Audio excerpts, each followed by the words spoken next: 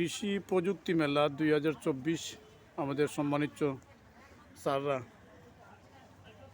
আজকের এই কৃষি প্রযুক্তি মেলা উদ্বোধন করবেন। আজকে উদ্বোধনের জন্য আমাদের প্রত্যন্ত অঞ্চল থেকে কৃষক কিষানি উপস্থিত হয়েছেন আজকের এই 2024 কৃষি প্রযুক্তি মেলা।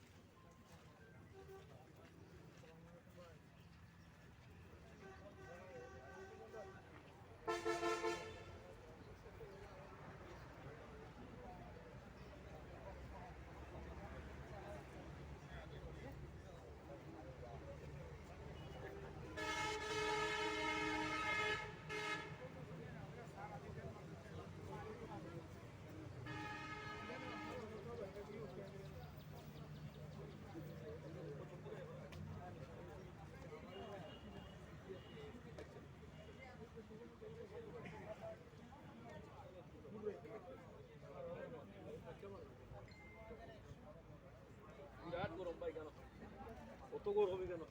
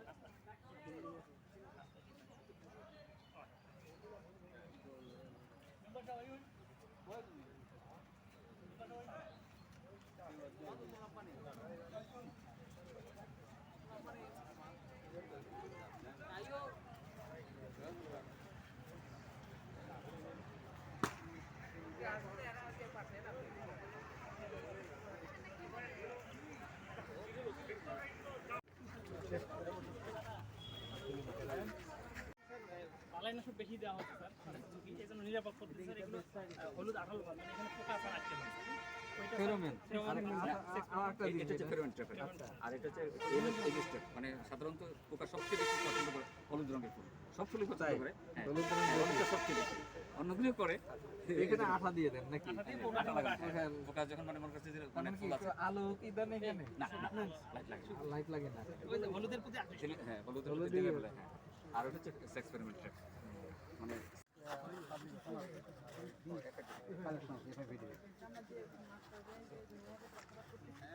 আমরা করতেছি সেই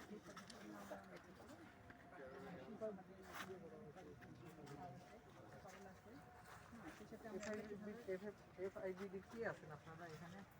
মানে কৃষি কম্পিউটারটা আপনি একদিন আমার কাছে আইসেন তো। পুরো এটা আইটেম চিকিৎসা।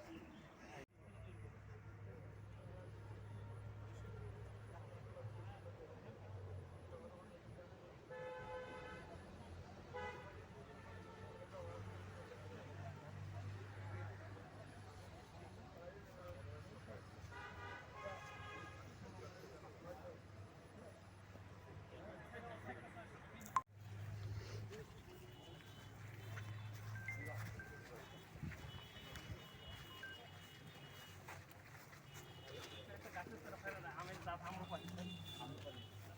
ভাই আমার মাঙ্গল ভিতরে তো হয়ে গেছে।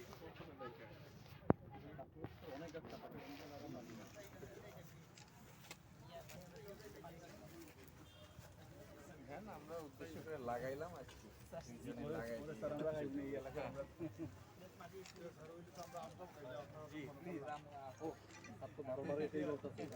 আমরা ফুল ফলের গাছ করে কাঁঠাল হবে না কিন্তু আমরা ফুল হবে হয়তো। শান্তিগঞ্জের একজন আমাকে যে দিলেন, আমি গবেষণাটা কথা বলবো। উনি বলছেন যে কাঁঠালের বীজটা ধুয়ে আটাটা ছাড়াই যদি বীজ থেকে চারা তৈরি করা হয়, এই চারা যদি পানি উঠে মানে গাছ মারা যায়। আমি নিজে সাক্ষী। আমি হচ্ছে আমি গবেষণাকে এই সংবাদটা পৌঁছাবো। গবেষণা তো আমাকে হ্যাঁ জি জি যে ওনার জি 22 সালে ওনার মানে একটা গাছ নষ্ট হয়। এটা শান্তিগঞ্জের বিষয়। পানি একটু কমে দেন, একটু পানি মানে চমৎকার। আমি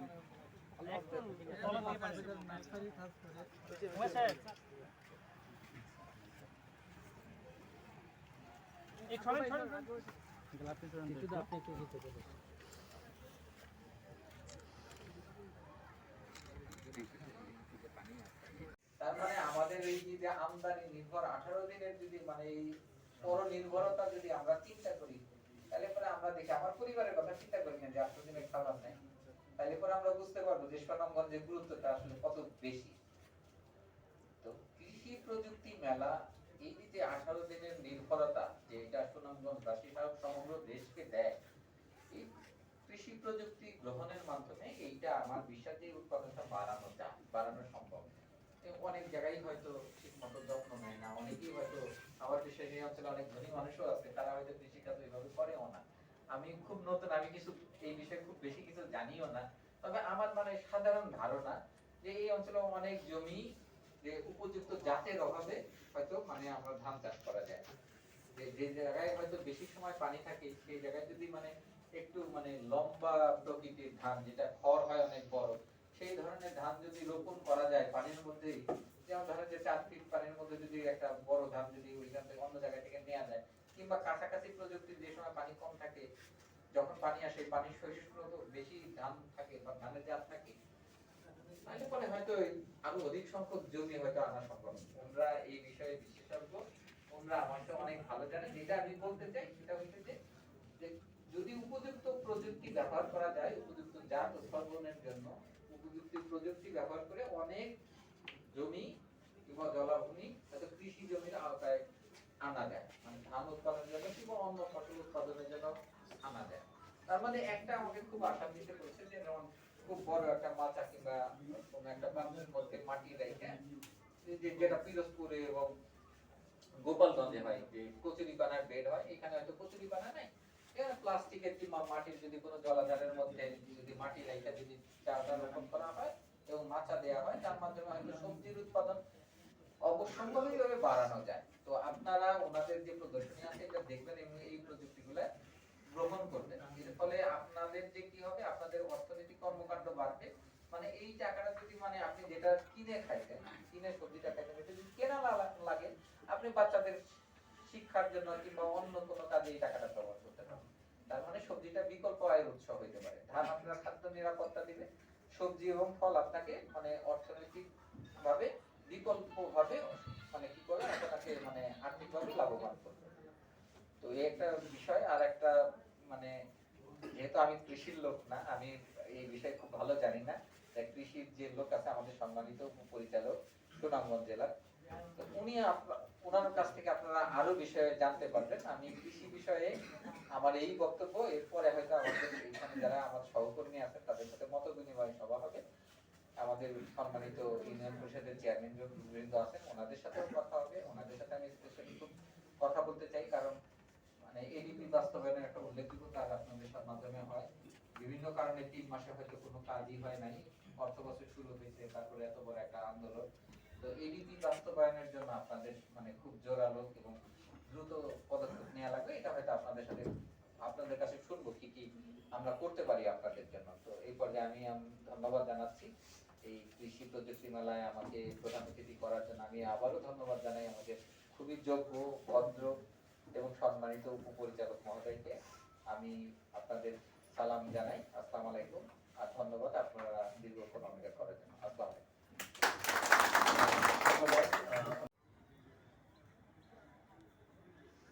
ধান বপনের জন্য আধুনিক ধান রোপণের মেশিন, হারভেস্টার, যা দিয়ে ধান কর্তন করা হয় সহজে, কম সময়ে কম পরিশ্রমে।